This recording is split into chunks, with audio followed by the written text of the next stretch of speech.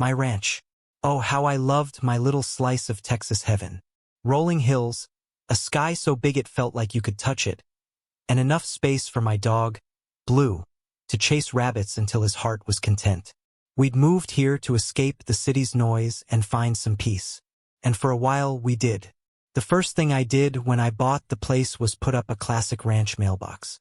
You know the kind, a sturdy metal box on a wooden post, painted a bright, welcoming white. I even added a little horseshoe for good luck. It stood proudly at the end of my driveway, a symbol of my new life. I imagined getting letters from friends, maybe even a postcard from some far-off land. It was perfect. The Homeowners Association, or HOA, patrolled our neighborhood in their little golf carts. They were supposed to keep things tidy and enforce the rules, which mostly meant making sure everyone's lawn was mowed and their trash cans were put away on time. I never really had any problems with them, until the mailbox incident. It started innocently enough. I woke up one morning to find my beautiful white mailbox lying on the ground. The wooden post snapped clean in two. At first, I thought maybe a storm had knocked it over, but the weather had been calm. Then I saw the tire tracks in the grass, leading right up to where the mailbox used to be. My blood started to boil. Someone had run over my mailbox. And not just anyone, the tire tracks looked suspiciously like they belonged to one of those HOA golf carts. I was mad, but I figured it was an accident. I called the HOA office, explained what happened, and asked them to look into it. They were polite enough, said they'd check it out, and promised to get back to me. Days turned into a week, and I heard nothing. I put up a temporary mailbox, a cheap plastic thing from the hardware store, just so I could get my mail. But the image of my broken mailbox haunted me. It felt like a violation, a dent in my peaceful ranch life. The temporary mailbox felt like an insult, a constant reminder of the disrespect. Every time I drove up to my ranch, that flimsy plastic box screamed, "Someone doesn't care about your little slice of heaven," and the silence from the HOA was deafening. It was like they were hoping I'd just forget about it. But I'm not one to back down, especially when it comes to my property. So I waited. I figured, maybe it was just a one-time thing, a clumsy driver having a bad day. I'd replace the mailbox and we'd all move on. I bought a new post and another mailbox, identical to the first. I even made sure to set it deeper in the ground, thinking it would be sturdier. 2 weeks later, it happened again. This time I was home. I was sitting on my porch, drinking a glass of iced tea, watching blue chase butterflies. I heard a loud crunch, followed by the sound of splintering wood. Blue barked like crazy, and I jumped up, my heart pounding. There it was again, my brand new mailbox, lying in pieces. And this time I saw the culprit. It was one of the HOA golf carts, driven by a woman I'd seen around, Mrs. Higgins. She was standing there, looking flustered, her face as red as a tomato. She hadn't even bothered to get out of the cart. "Oh my," she said, her voice trembling. I don't know what happened. My foot slipped. My jaw dropped. "Your foot slipped?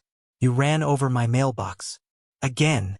She mumbled something about being sorry and promised to report it to the HOA. But I'd heard that song before. This wasn't an accident. This was a pattern.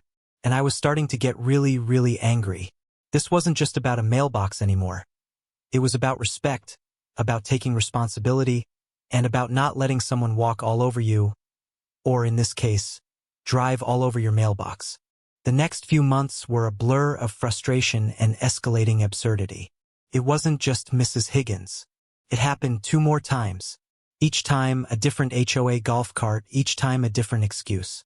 One said they were distracted by a bird. Another claimed they lost control while reaching for their coffee. I swear you couldn't make this stuff up if you tried. I started keeping a running tally. Mailbox number 1, destroyed. Mailbox number 2, obliterated.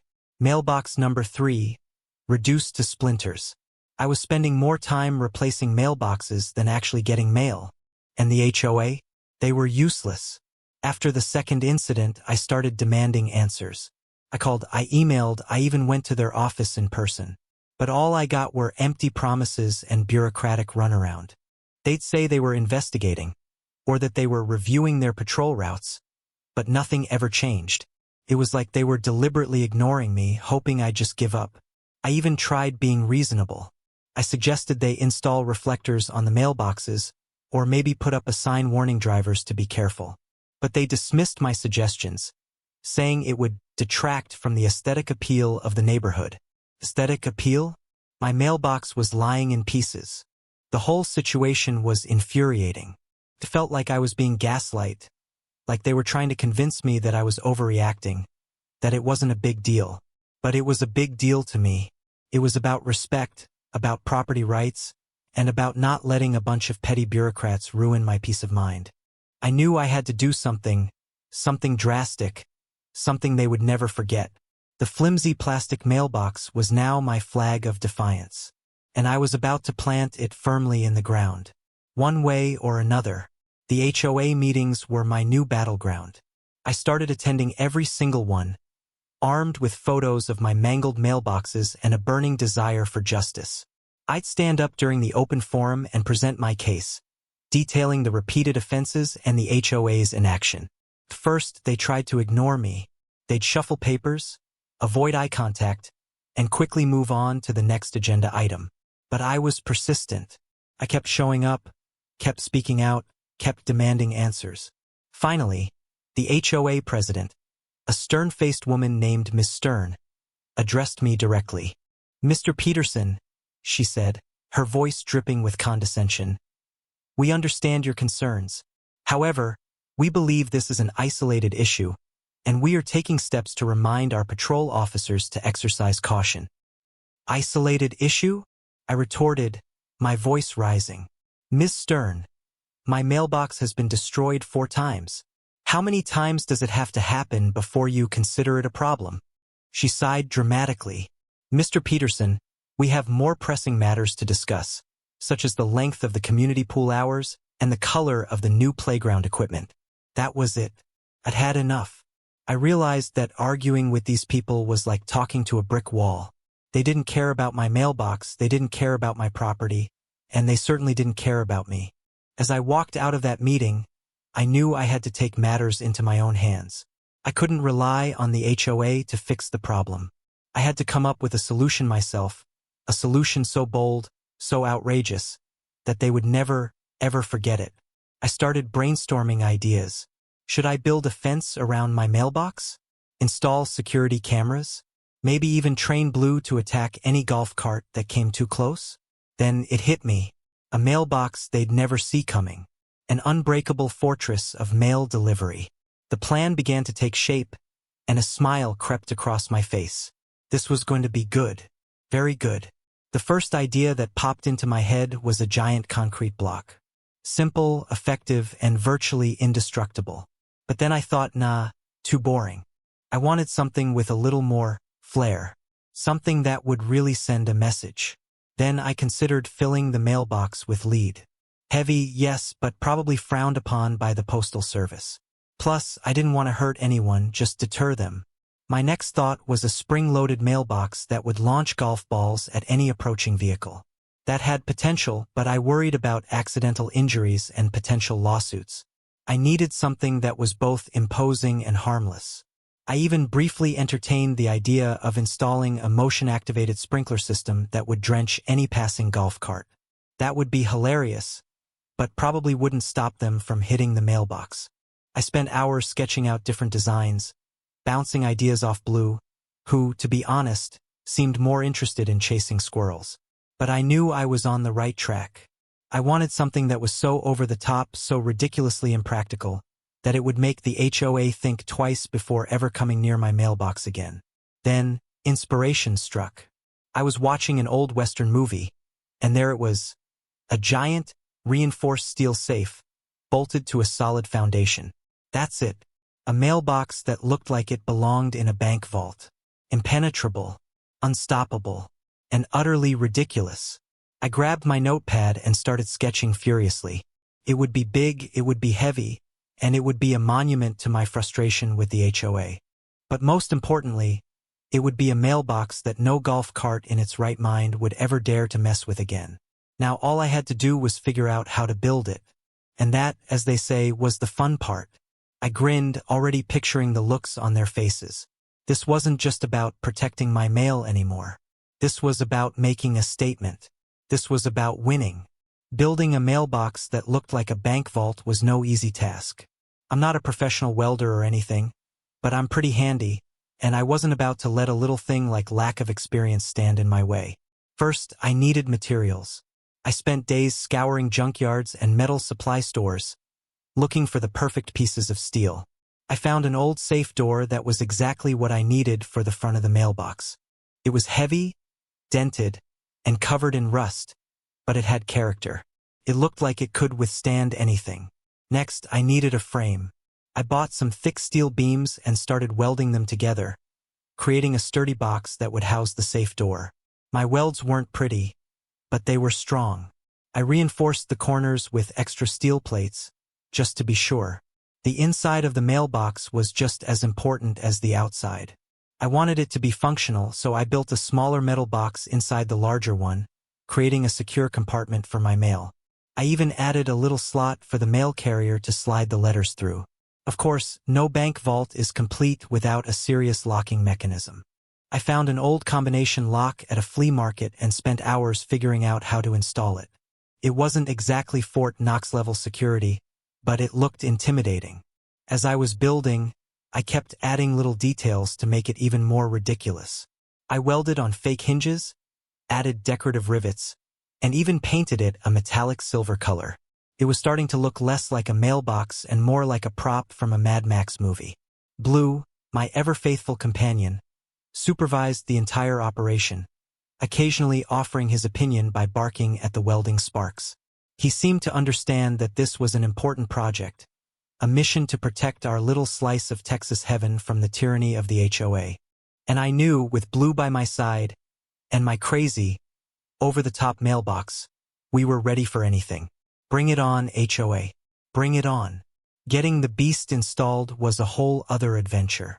This wasn't your average trip to the hardware store for a new post. This thing weighed a ton. I'm pretty sure it tipped the scales at close to 500 pounds.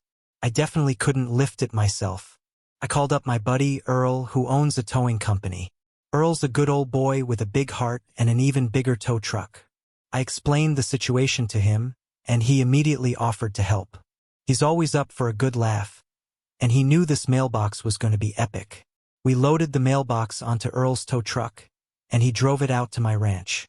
Getting it off the truck and into place was a challenge.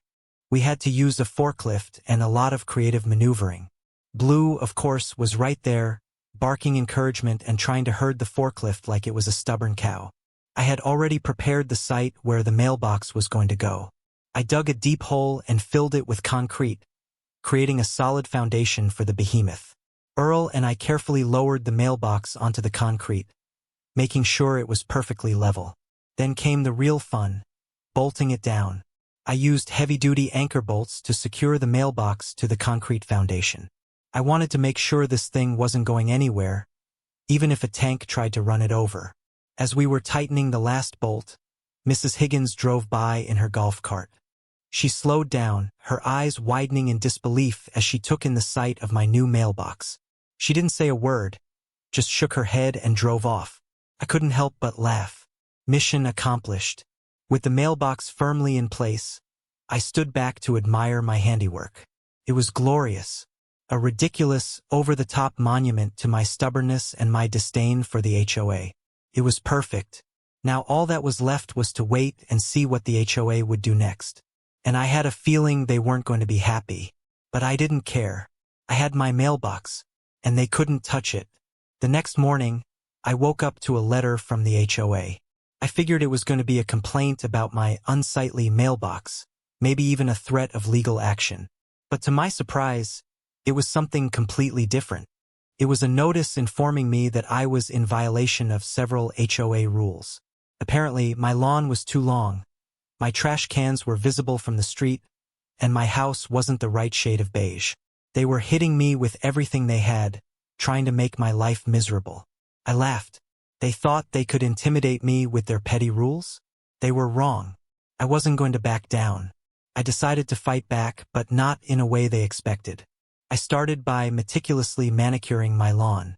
I mowed it twice a week, edged it perfectly, and even hired a professional landscaper to plant flowers. I made sure my trash cans were always hidden away in the garage. And I painted my house a slightly different shade of beige, just to mess with them. I also started attending the HOA meetings again, but this time, I was armed with a different kind of weapon. Humor. I'd make sarcastic comments, tell jokes about the HOA, and generally make a fool of myself. The other residents loved it. They were tired of the HOA's strict rules and regulations, and they appreciated someone who was willing to stand up to them. Slowly but surely, I started to win them over. People started to see the HOA for what it was. A bunch of petty bureaucrats who were more concerned with power than with the well-being of the community. And then, one day, something amazing happened. At one of the HOA meetings, a group of residents stood up and demanded that Ms. Stern resign as president. They accused her of abusing her power and of being out of touch with the needs of the community. Ms. Stern was furious. She tried to defend herself, but it was no use. The residents had made up their minds. They voted her out of office, and a new, more reasonable president was elected. And just like that, the HOA was transformed. The new president was more open to compromise, more willing to listen to the residents, and less concerned with enforcing petty rules. And best of all, they stopped running over my mailbox. It seemed my message was received. Loud and clear. The new HOA president, Mr. Johnson, actually came by to apologize for the previous administration's behavior. He admitted that Ms. Stern had been a bit of a tyrant and that they were working to improve their relationship with the community. I was cautiously optimistic. I appreciated his apology, but I wasn't ready to forgive and forget just yet. I told him that I was willing to give them a chance, but that I would be watching them closely. And to my surprise, they actually followed through. They started holding more community events, they listened to residents' concerns, and they even started fixing some of the long-neglected infrastructure. But the best part was that they left my mailbox alone. They never said a word about it, but I could tell they were intimidated by it. Every time I saw one of the HOA golf carts drive by, they would slow down and give my mailbox a wide berth. It was hilarious. The unbreakable mailbox became a local legend. People would drive by just to take pictures of it. It was even featured in the local newspaper. It was a symbol of my victory over the HOA. A reminder that you can't let anyone push you around, even if they have the power of a homeowners association behind them. And me? I finally had peace of mind. I knew that my mail was safe and secure. I could finally relax and enjoy my little slice of Texas heaven, without having to worry about my mailbox being run over by a rogue golf cart. Of course, I still keep a close eye on the HOA. You never know when they might revert to their old ways. But for now, at least things are good. And I have my trusty, over-the-top mailbox to thank for it. It's a constant reminder that sometimes the best way to solve a problem is to build a ridiculous, impenetrable fortress and stand your ground. And maybe, just maybe, add a little bit of humor along the way. The end. Or is it? Or is it? Just when I thought the mailbox saga was over, a new chapter began. It started subtly. I noticed people slowing down as they drove past my ranch, not just to gawk at the mailbox, but to stare at my property. Whispers followed me at the grocery store. I could feel eyes on me during the town's Friday night football games. It was unnerving. Then came the rumors. I heard whispers that I was a hoarder, that my ranch was a junkyard in disguise, and even that I was secretly running a meth lab, which, I assure you, I was not. It was ridiculous. One day, I found a flyer taped to my front door. It was an anonymous letter accusing me of disrupting the peace and tranquility of the neighborhood and demanding that I remove my eyesore mailbox. It was clear that not everyone was a fan of my creation. I started to suspect that Ms. Stern, the ousted HOA president, was behind it all. She had always been a vindictive woman, and I wouldn't put it past her to try to sabotage me from behind the scenes. So I decided to investigate. I started asking around, talking to my neighbors, and trying to gather information. It wasn't easy. People were afraid to talk, afraid of getting on Ms. Stern's bad side. But eventually, I found someone who was willing to help. It was Mrs. Gable, an elderly woman who lived down the street. She had always been friendly to me, and she had a reputation for being a bit of a gossip. Mrs. Gable told me that Ms. Stern had been spreading rumors about me and encouraging people to harass me. She even had a secret Facebook group where she was organizing her campaign of hate. I was furious. I couldn't believe that Ms. Stern was still trying to make my life miserable, even after she had been voted out of office. I knew I had to do something to stop her. But what? This time, simply building a larger mailbox wouldn't solve the problem. This was a different kind of war, and I needed a different kind of weapon. My weapon: information. Mrs. Gable provided me with screenshots from Ms. Stern's secret Facebook group. The posts were filled with lies and hateful comments about me. It was shocking to see how much venom Ms. Stern harbored. I knew I couldn't let her get away with this. I decided to expose her. I printed out the screenshots and posted them on the community bulletin board at the local grocery store. I also sent them to the local newspaper. The reaction was immediate. People were outraged. They couldn't believe that Ms. Stern, a former leader of the community, would stoop so low. The newspaper ran a story about the Facebook group, and it quickly went viral. People from all over the country were commenting on the story, expressing their support for me and their disgust for Ms. Stern. The new HOA president, Mr. Johnson, was furious. He immediately condemned Ms. Stern's actions and announced that she had been banned from all HOA events. But the best part was the reaction from the community. People started rallying around me. They brought me food, offered to help with chores, and even organized a Mailbox Appreciation Day, where everyone decorated their mailboxes in my honor. It was overwhelming. I had never felt so loved and supported. I realized that I wasn't just fighting for myself anymore. I was fighting for the entire community, for everyone who had ever been bullied or harassed by someone in power. And in the end, we won. Ms. Stern was shamed and ostracized. She eventually moved out of the neighborhood, leaving us in peace. The mailbox saga was finally over, and I had learned a valuable lesson. That even the smallest person can stand up to a bully, and that with the support of the community, anything is possible. And that sometimes the best weapon is the truth. And maybe, just maybe, a ridiculously over-the-top mailbox. The real end. For real this time. But wait, there's more. Just when I thought I could finally live happily ever after, a new challenger approached. This time it wasn't the HOA, and it wasn't Miss Stern. It was Mother Nature herself. We had a particularly nasty thunderstorm roll through, the kind that brings torrential rain, howling winds, and enough lightning to make you think the world is ending. I was hunkered down in my ranch house, watching the storm rage outside, when I heard a deafening crack. I ran outside to see what had happened, and I couldn't believe my eyes. A huge oak tree in my front yard had been struck by lightning and had fallen directly onto, you guessed it, my mailbox. I braced myself for the worst. I imagined my beloved mailbox being crushed, mangled, and reduced to a pile of scrap metal. But when I got closer, I saw something amazing. The tree was lying across the mailbox, but the mailbox was completely intact. Not a scratch, not a dent, not even a smudge of dirt. It was as if the tree had bounced off it like a rubber ball. I couldn't help but laugh.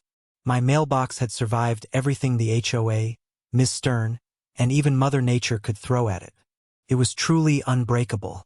The newspaper ran another story about the incident, this time with the headline, "Local Man's Mailbox Survives Lightning Strike," becomes a symbol of resilience.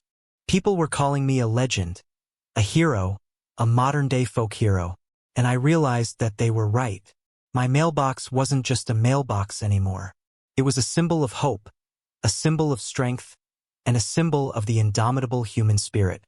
It was a reminder that even in the face of adversity, you can always find a way to stand your ground, and that sometimes the most ridiculous ideas are the ones that make the biggest impact.